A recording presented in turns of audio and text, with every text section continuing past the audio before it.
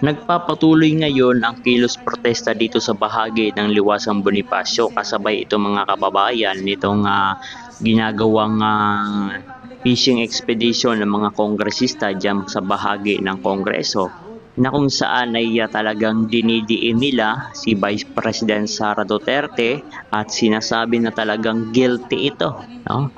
Itong ginagawa nilang fishing expedition mga kababayan upang magkaroon ho sila ng karagdagang ebidensya.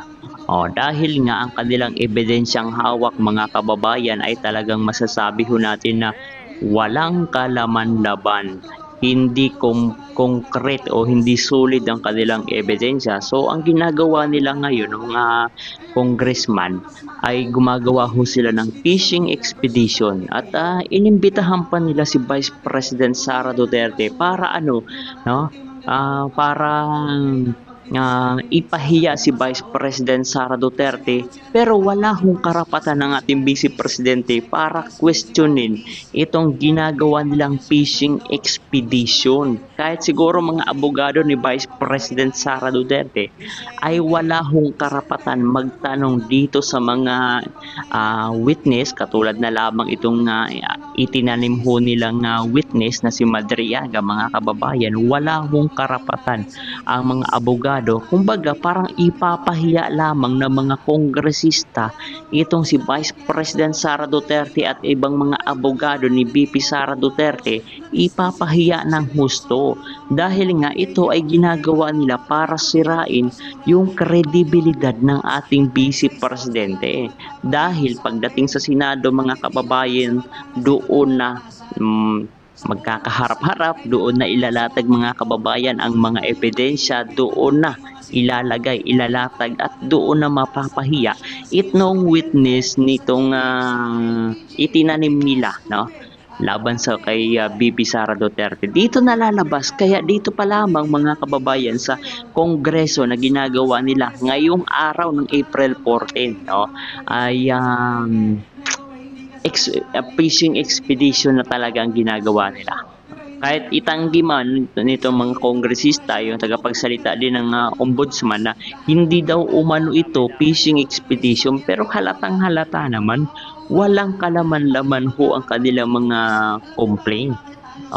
So dapat ang gawin nila, magano na sila, magbotohan na sila at ipasa na ho mga kababayan sa Senado itong impeachment complaint nang sa gayon ay masimula ng mga kababayan itong impeachment trial. Pero hindi ho nila yan gagawin dahil insufficient, kulang ho ang ebidensyang hawak nila, hindi solido ang ebidensyang hawak nila, kaya't nagkakaroon ng fishing expedition. Di ba?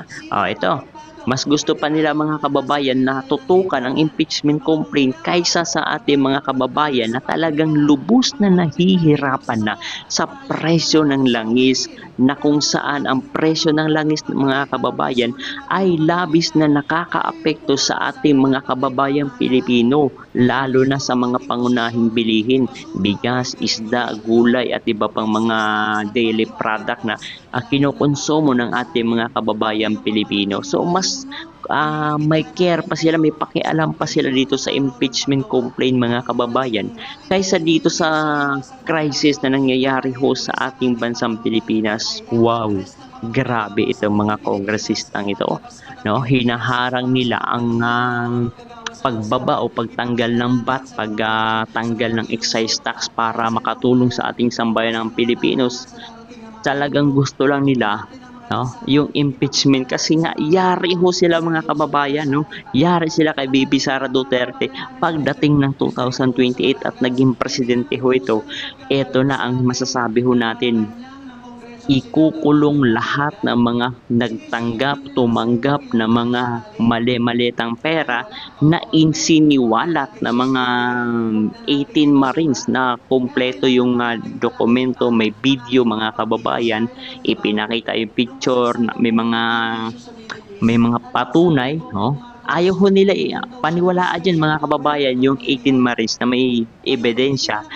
ang pinapaniwalaan ho nila itong salaysay ni Madriaga na masasabi naman ho natin na hindi talaga hindi siya trusted witness mga kababayan. Siya ay isang convicted criminal.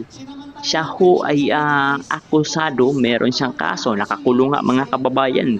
Sabi nga ng isang kongresista is polluted witness, no?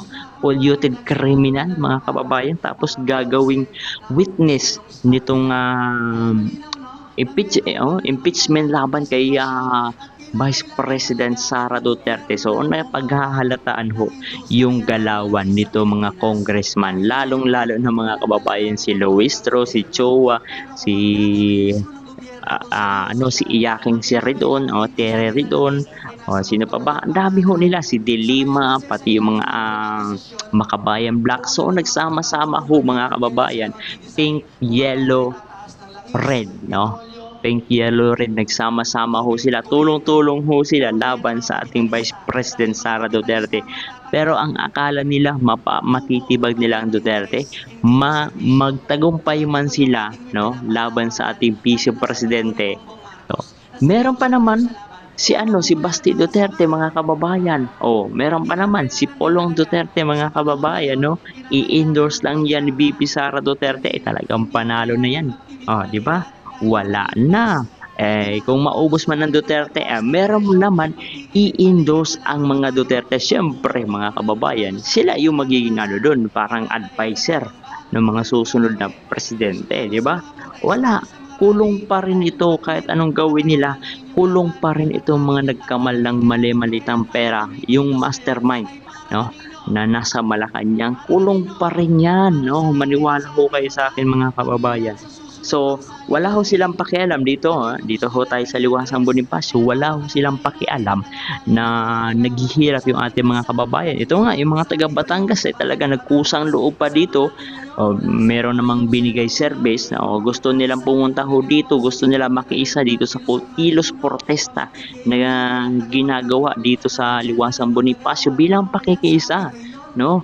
Na talagang tulungan naman ng gobyerno ang ating mga kababayan Pilipino, pero wala ho silang pakialam dahil ang pakialam lang nila na labanan si Vice President Sara Duterte dahil nanganganib ho sila mga kababayan kong minamahal pagdating ng 2028 at naging presidente si Inday Sara Duterte, no? Grabe.